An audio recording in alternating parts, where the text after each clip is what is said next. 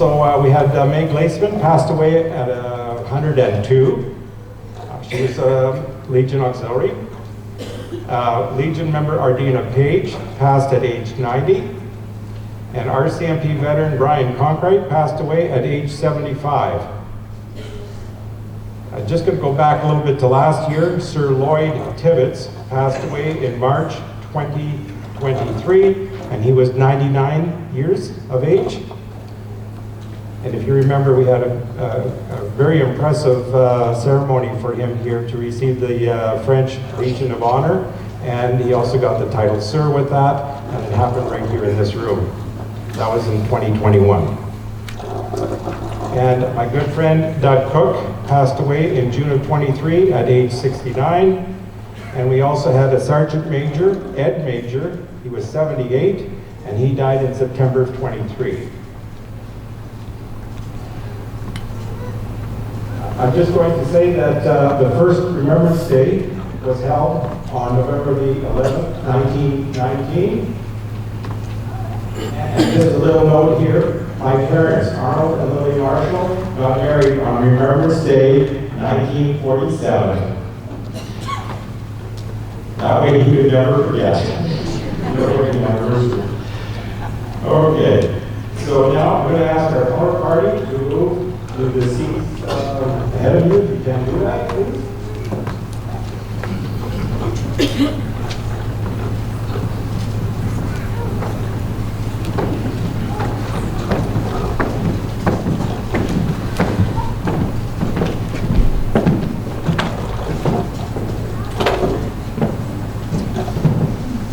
So now, a couple of years ago, a young lady by the name of Margaret James made up a bunch of blankets for the veterans. And if you remember, I was presenting them to our veterans at that time.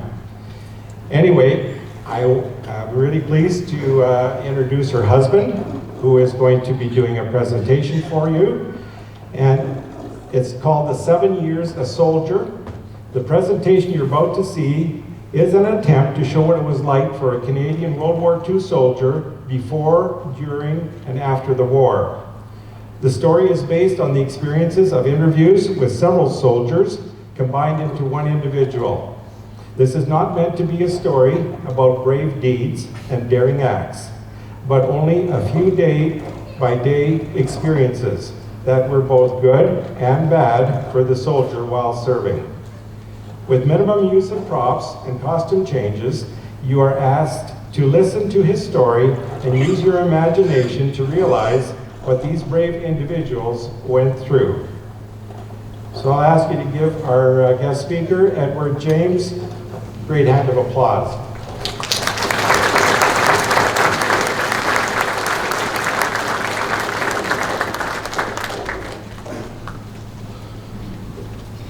Good morning, ladies and gentlemen.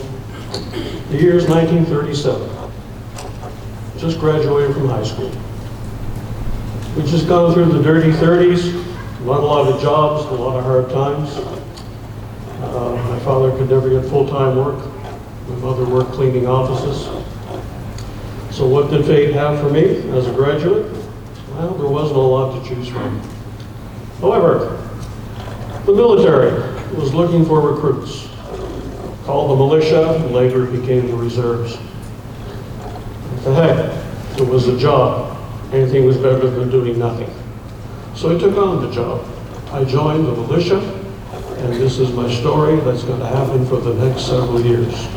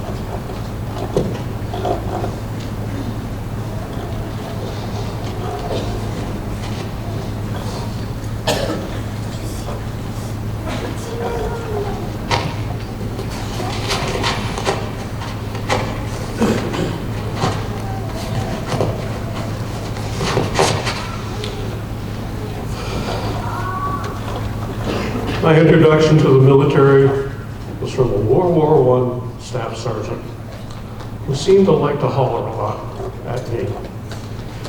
Seems the first thing we spent a lot of time doing is marching back and forth. In fact, what was kind of funny is that the uniforms we were wearing were left over from World War I.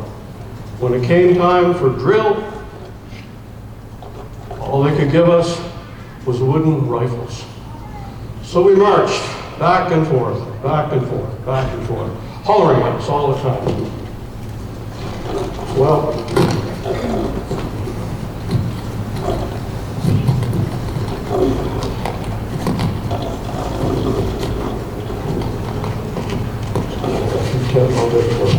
one second.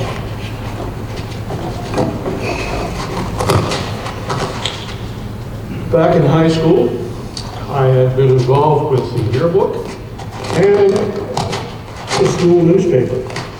So I figured, well, maybe I'll join the Signals Corps, and I did. And I was hoping that maybe I could become a dispatch writer. Back in school, I had sort of a bits and piece bike from a Harley, you know. So I said, what the heck, I'm gonna try it. Well, we marched and marched and marched. One of the things I learned very quickly about the military, they have a phrase that you're gonna hear over and over and over again. And that phrase is, hurry up and wait. We're not going anywhere as fast. So we would see that over and over again. Now, when it came to dispatch driving school, that was a different matter. I thought I could drive a motorcycle. I didn't really know how to drive a motorcycle that well, apparently according to the Army. So, they trained us. They trained us in Braendle. They trained us out in Shiloh. And later on, I got sent to Kingston, Ontario. We learned more how to drive your motorcycle. Now, some of the skills that they taught us, first of all, they gave us this unusual crash helmet. Never used a crash helmet before, but now I have one. Kind of a round thing. And this is the crash helmet. What they would teach me is one of the first basic things is how to get off your bike in a hurry. And they actually taught you how to lay down on the bike and get off very quickly. They taught you how to do minor repairs. They taught you how to find locations on a map. They taught you how to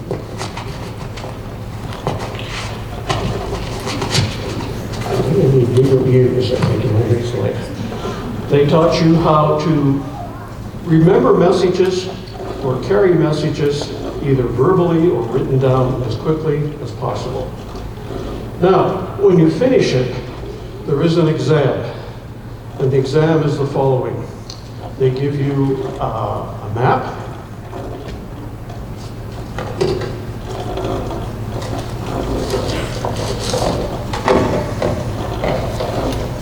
And with the map comes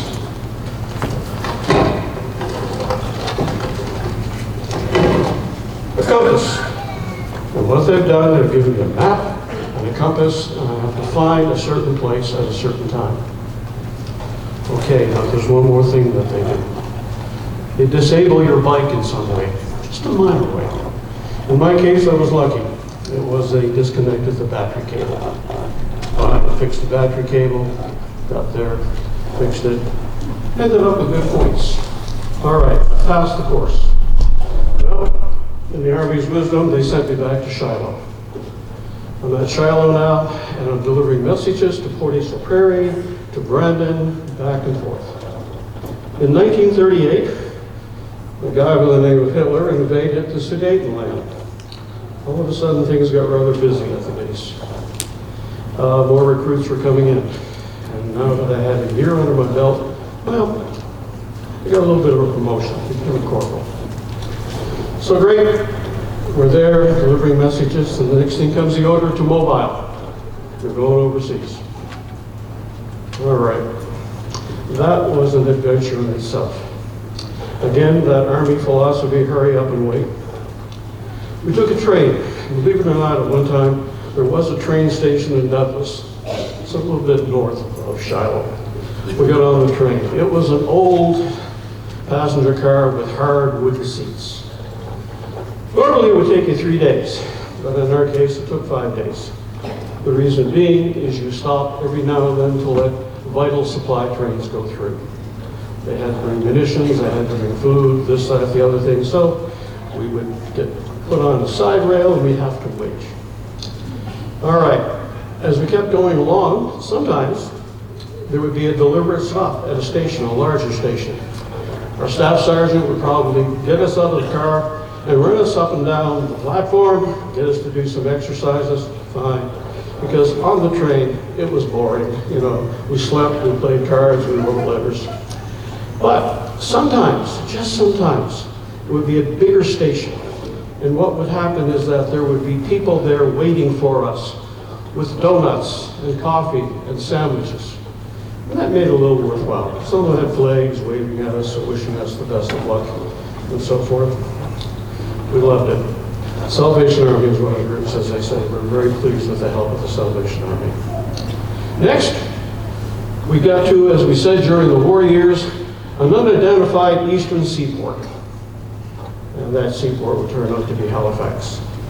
The train went right to Pier 21. At Pier 21, we loaded onto a converted passenger ship. We were packed like sardines.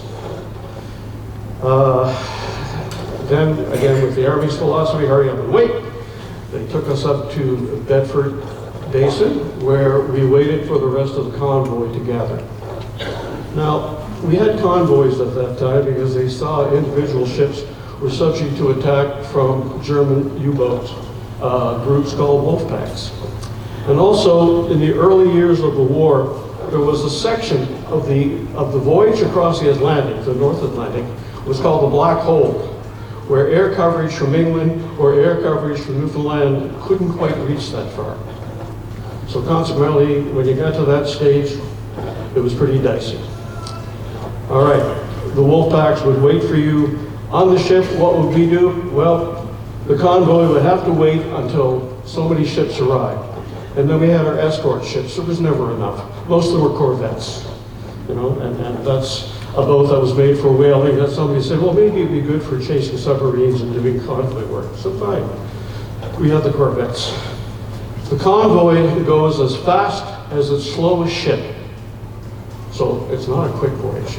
And also, they've learned from experience, you don't go in a straight line, you zigzag. This way it throws off the German U-boats. One more thing they did is they put the troops' ships in the middle of the convoy. On the outside were the supply ships. If a supply ship gets sunk, you can replace it. If soldiers get sunk, they're not as easy to replace. All right, so now, after several days, we did have one attack. Many of the guys, as I say, were like sardines below deck. Many of the guys were terrified. The whole time during the trip, they never took off their life jacket. They left it on the whole time. All right. Some of them would even sleep on deck. They were afraid to go below deck because in case a U-boat came. We got there. We landed in England as usual. When we left Halifax, it was dark. We left at night, which is always when the convoys left. So in the morning, Bedford Basin would be clear of ships. Sometimes there were 20, 30 ships, never less than that. So now, we get off in London, actually Liverpool, I should say. We get on a train, we go to a big army base in the south of England called Guildford. Charming place. Unfortunately, so many troops were coming in that they didn't have barracks for us. So we had leftover World War I bell tents. We discovered also that the English winters were wet, damp, and cold. Didn't enjoy it. But we were there. So what do we do after we get set up? Well, after a couple of months, I finally built some barracks. All right, we're now training. We're training, we're doing schemes, we're doing exercises, we're doing everything possible to keep us busy, to train us, to get ready for the big day. Now, one of the things that made life bearable while we were in beautiful downtown Guildford was that during harvest time, we got permission from our commanding officers, our staff sergeant, who was ever in charge of us that day, to help the local farmers. We helped the local farmers with the harvesting. We loved it, especially us Western Canadian boys. Because what we could do is we could work at something we knew very, very well. And secondly, we discovered food at the farmhouses was somewhat better than Army food. Army food is not bad, it's just monotonous. It just kind of seems the same thing day after day. So fine, we're there at the farmers, we're helping doing harvesting stuff that we know. All right, from time to time you get guard duty.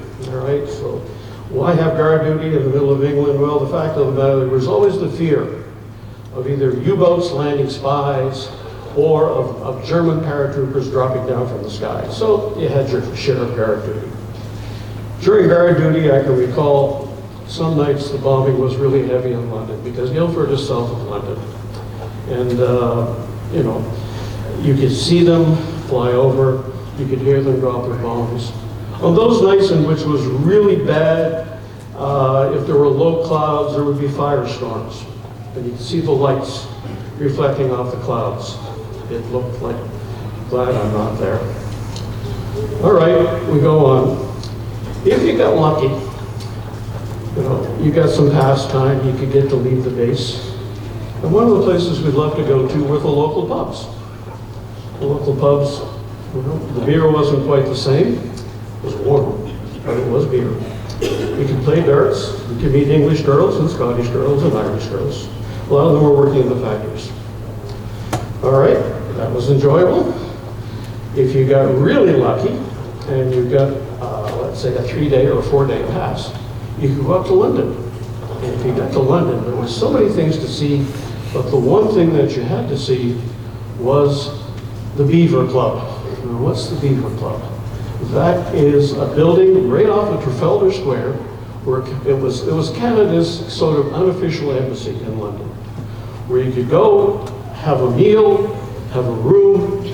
Every week they brought in Canadian newspapers. You could read about the local news and what was going on in your hometown. It was great. You could also meet a few more girls. The things that some of our guys told the girls to get a date or whatever, I got a chuckle out of some of them. One guy telling this girl that he had a large gopher farm in Toronto. That was a new one. And then another guy who said he had a codfish farm in Regina. Okay. Well, those are things that soldiers will sometimes do to get a date. All right. It's now 1942. I'm still sitting in Guildford, doing some dispatch rider. And of course, they discovered that I had some of the skill for photography and for writing. So sometimes, for the newspaper, they got me to do pictures. Later on, I would take a lot more pictures, all right? And the pictures were for publication, but there was, during the war overseas, a paper called The Maple Leaf. And it was a paper made for Canadian military people who told the news of what was going on. They were very positive. Okay, so now I'm writing a little bit for the newspaper. 1942 comes by, and something happens called Dieppe, Operation Jubilee. It was supposed to be a snatch and grab at the port of Dieppe. We went in, and it was a bloody disaster. The beach was like running on ball bearings. You couldn't gain your footing. The stones, the round, small stones, got caught in the tracks of the tank. They just ruined the tank. I met one guy after the war who said, when our track broke, we just stayed inside of the tank and waited till the shooting stopped. Then we heard someone knock on top of the tank, and it was a German, and we all came out and surrendered. It was a hell of a loss of men. It was. Somebody said they knew we were coming. That's always been a story I've heard over and over again. There was another situation where we lost so many. On the other hand, the Army, in its wisdom, tried to put a good face on it and tell us that, well, we learned valuable lessons. And I think so. But they also made some real big stuff for us. Okay, back to Guildford. Like I said, I'm working away, taking pictures, writing stories, doing some dispatch rider work. June the 6th comes, D-Day. We invade Europe on the beaches. Canada has Juno Beach.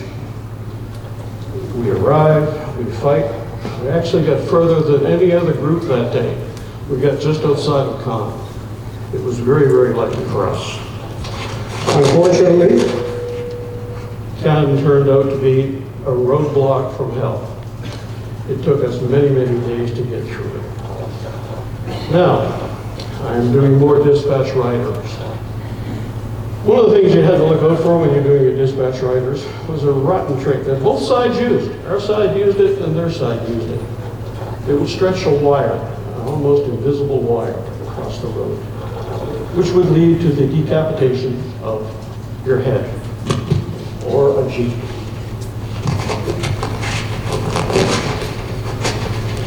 You learned lessons.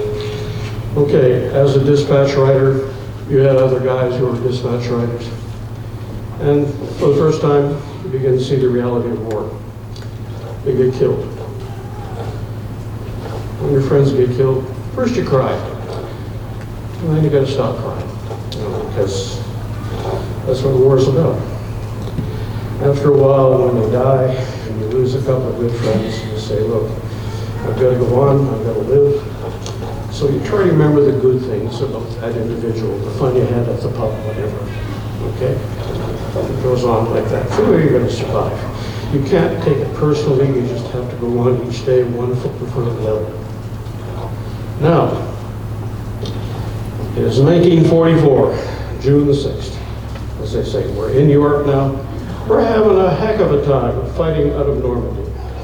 One of the main, two reasons it was so hard to get through Normandy. First of all, the quality of the troops. A lot of them were second string troops. All right, they weren't too bad to handle. But there were new, younger troops who were the result of the Hitler Youth Program. And they were die-hard fanatics. They would not give up. They would fight till the last man and use whatever brutality they thought would gave them the day.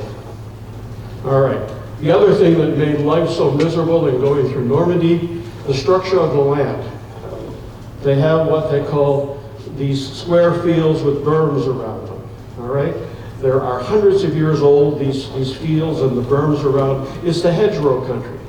And it is extremely hard to work through. As a matter of fact, what they did, the US came up with it, they modified the tanks with a huge plowshare on the front to actually take out these berms. Because the berms were just ideal places for attacks. Just ideal. Ambushes and so forth. We lost a lot of men. And tanks, because the roads quite often were sunken below the berms, or a little bit lower. So consequently, they found an ideal ambush spot. They could just pick out the crews of the tanks without any difficulty. In one particular spot, one particular German tank, Ace, took out 7 of our tanks in a row. They just kept coming down the road, and they just kept taking them out. He had that ideal location, plus also the Germans had a scary, scary ammunition. It was 88 millimeter round, and this was a round that was just armor piercing, and we'd go through a tank like a marshmallow. All right, we work our way through Europe, and I end up in Holland. Okay. Well, let me tell you, every town we went to, we were treated as liberators. They called us the Canucks. And when we got to Holland, well, we decided kind of made a base, and so we're going to stay here for a little while because it was a lot of hard fighting. As a matter of fact, near Volendam, there's a cemetery with a lot of Canadians buried in it. As a matter of fact, in general, 7,600 Canadians died in Holland. 7,600. I don't know what the population is of Russell, but 7,600 is a lot of guys. And girls. I must add that also. Women also died. Women weren't in combat roles, but they were in nursing roles, quite often located quite near the front. They became casualties also. All right, we're in Holland. I get stationed. I don't know if I'm going to call him a lazy officer or just because of my writing skills, but the next thing I know, I get a job. And the job is to write letters home to people whose sons and daughters who have been injured. Now, I'm a writer, as I discovered. So consequently, I'd be sitting there at my typewriter, writing away. And you have to develop a certain format. First of all, we would use the telegraph form, which was pretty basic. It would say, this is the bad one. We regret to inform you that Captain blank, serial number of the Nova Scotia Highlanders, on September the 5th, set for date, in France, died of his wounds. Our serious sympathy. That's the telegram you would get. Or, if things are a little bit better, you get a telegram like this that says, Sergeant Roy Brown, number so-and-so of Winnipeg Rifles, wounded in action at Dieppe. All right, returned to England for medical treatment. He is now in St. Martin's Hospital, recuperating. We will send more information later. All right. But the worst ones you had to write were letters like this. In fact, there were two horrible letters during the war. One would be Dear John letters. Oh, that was the worst thing you could send a soldier, a Dear John letter. And for those of you who are young, who don't know what a Dear John letter is, it's a letter that basically says, darling, I found somebody else. I'm no longer in love with you. That would drive men over the edge. That was one letter. But the other letter that you had to write was when the commanding officer or his unit officer would have to write that letter. And that letter would be, your son's dead, your daughter's dead. You had to say all kinds of positive, nice things. You're not making them up, but you have to do it in such a way that you want to show your sympathy. You want to show that we care. You know, that this is what happened, he did his best, and so forth. The National Defense would send one to saying, we deeply regret to inform you. Often the letter from the commanding officer or his immediate officer was a better letter because it had more individual information about it. All right. So that's what I did. Started to write a lot of letters for my officer. Now, when we got to Holland, as they say over there, we got billeted out to private homes, which was fine. During the German occupation of Holland, they literally, especially in the cities, starved the people. Food was in great shortage. You know, there wasn't a lot of it. The prices became crazy. As a matter of fact, while we were there, cigarettes became the new form of money. 2 cigarettes was equal to 1 guilder. Well, be that as it may, I got posted in a billet with a Dutch family. And it was interesting, they took very good care of me. As a matter of fact, the Dutch in general loved the Canadians because we were primarily responsible for the liberation of Holland. When I was staying with the family, because of the food shortages, I would bring stuff from the camp, meat, jam, things like that. It helped them. There was also a little bit of a black market or poker court, whatever you want to call it. Army blankets were being stolen, khaki army blankets. They were wool, beautiful blankets.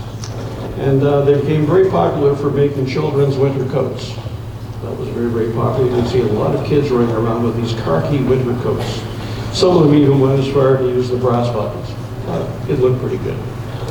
So, I'm there, I'm writing letters. Next thing you know, the war is over. I can stay on a bit longer. Why not? I help. I've got nothing at home. I shouldn't say nothing at home. I have no girlfriend or nothing like that at home waiting for me. So I decided to stay. So I stayed, and then, you know, after, I think it was in 46, the end of 46, I decided, well, maybe it's time to go home. And it wasn't a problem to ask to go home because I was in at the very start, so I had enough points to go home. I'm on a ship in Rotterdam, and we're going across the Atlantic. It's a much quicker trip this time, 3 days, and the lights are on. There's no light boat drills. There's no worrying about U-boats. When we get to Halifax, The city is all lit up. You come in at night, but the city is all lit up. It looks beautiful, just beautiful. All right, we dock at Pier 21 again, the same pier I left from. First of all, the wounded are taken on. The ship has a lot of wounded. There are special ambulances, there are ambulance trains taking into various veteran hospitals across the country. For many, it would take years to recover. Lost limbs, blindness, a whole lot of horrible things that happen. So, they are taken off. One of the things that was a great benefit to a lot of these soldiers when they came back home and they were wounded was the war amps. Believe it or not, war amps were started in World War I. They're still very, very active. Now they're helping more children, but they made it a lot easier on many of our men. Helping them with prosthesis, showing them how to use it, making custom limbs for them and so forth. We're very grateful for that. All right, and if at all possible, once you got cleared out of Halifax, if you were an ambulatory person, you got sent to the nearest hospital in your home province. So you get sent home. Okay, I get back to Braendle area, say I was from the Westman area, and I said, what am I going to do? Well, the government offered us money to continue our education. I said, oh, okay, I can do that. So what I decided to do was that I decided I would become a teacher. Okay, now, in becoming a teacher, I went to university and I decided I wanted to be a history teacher. All right, so every year on Remembrance Day, you know, I would take time to remember because I had a pretty good life as a teacher. I had a good job. I knew what I was doing. I had a wife and a couple of kids that turned out quite well. But every Remembrance Day, I would remember those who didn't make it back. I'm not going to cry anymore over them. I just try to remember the good times, the fun that we had. Now, with that, every Remembrance Day, no, not before that, in my classroom, one of the things I would always do in my history classrooms is the following. I would ask my students this question. It's estimated that during World War I and World War II, well, let's just take World War II, that 10 million people died. Civilians and military. 10 million. It's an unbelievable number. 10 million. The law of averages would say, do you not think it was possible among those 10 million, there might have been the man or the woman with a cure for cancer, a cure for leukemia, cure for stroke? The odds are that there was. But we'll never know. That's the tragedy of war. That's the harm of war. Quite often in war we lose our best and our brightest. And that's such a crime. And it goes on. It goes on. We're seeing it now in Afghanistan. We're seeing it in Gaza Strip where I spent some time. You know, it just goes on and on. But one of the things I do on Remembrance Day is I put on my uniform and my Legion jacket, the medals that I have, columns as they call them. I'll go down to the cenotaph, and then afterwards I'll go to the Legion, have a few beers, tell some more stories. Our numbers are getting smaller all the time. I don't think there's very, very many World War II veterans left. The Korean veterans are going. Our Afghanistan veterans, we're not seeing as many of them yet, but there's a different war for them. So, one of the things I do is during Remembrance, I play a record that we played all the time while we were over there. And we played this record because it brought back so many good memories. Now, I am not a singer by any means. I'm going to play this record. This is an original from the war years. And a lady by the name of Vera Lynn, who just recently died a couple of years ago. And I'm going to play it, and I'm going to sit up here, and I have the words. If you remember it, please sing it. If you don't, just hum along. But for the minute and a half that it's on, think about all those who didn't come back. All those Johnnies and Susies and Marys and Freds who didn't come back. You know, during my time in the military, the individual that I'm portraying, he never fired a shot in anger the whole time he was there. It happens to some people. Other people, they get shot all the time, they shoot all the time. So I'm going to play this song, and let's see if I can line it up here. This is definitely old technology. But if you know it, please sing along.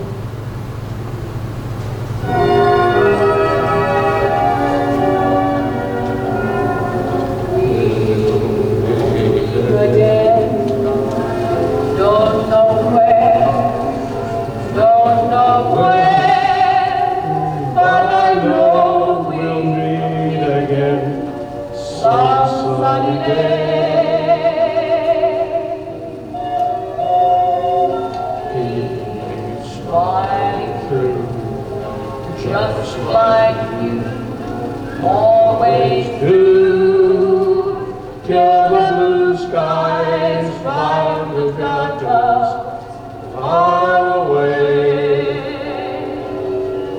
So will you please say hello to the folks that I know? Tell them I will be there.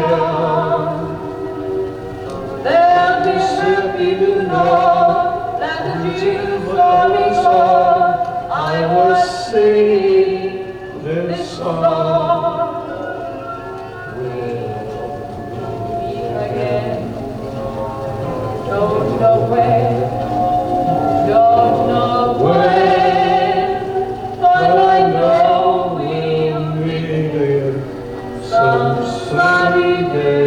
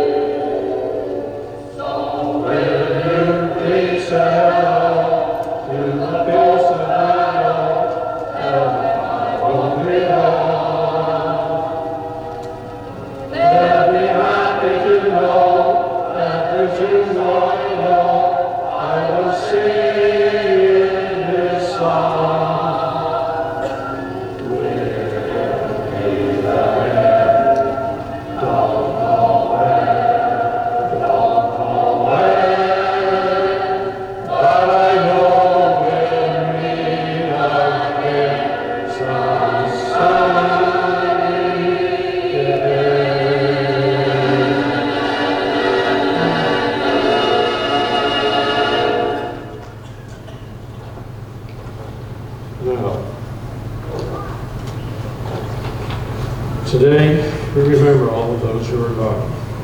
I heard during the speech here some locals who died just the last year or so, since our last Remembrance Day. Remember them. Try to remember some of the positive aspects, the funny aspects. We all have our quirks. But also remember, there were still many, many, many on duty, on guard, with NATO.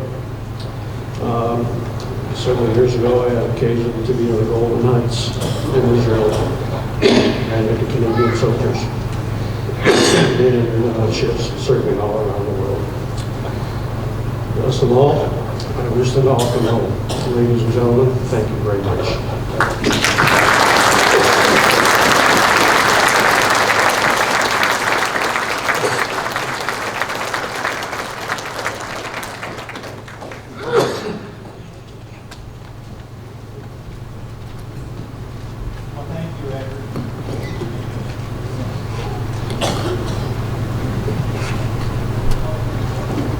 Thank you, Edward James. Am I coming through? That was a very sober look at the life of a soldier during World War II. And I know other soldiers here have got all kinds of things they could have said too. That'll be for another day. Anyway, wonderful. Okay, so now I'd like to call on Reverend Tim Schneider. He's the pastor at Holy Trinity Lutheran Church in Inglis for some comforting words.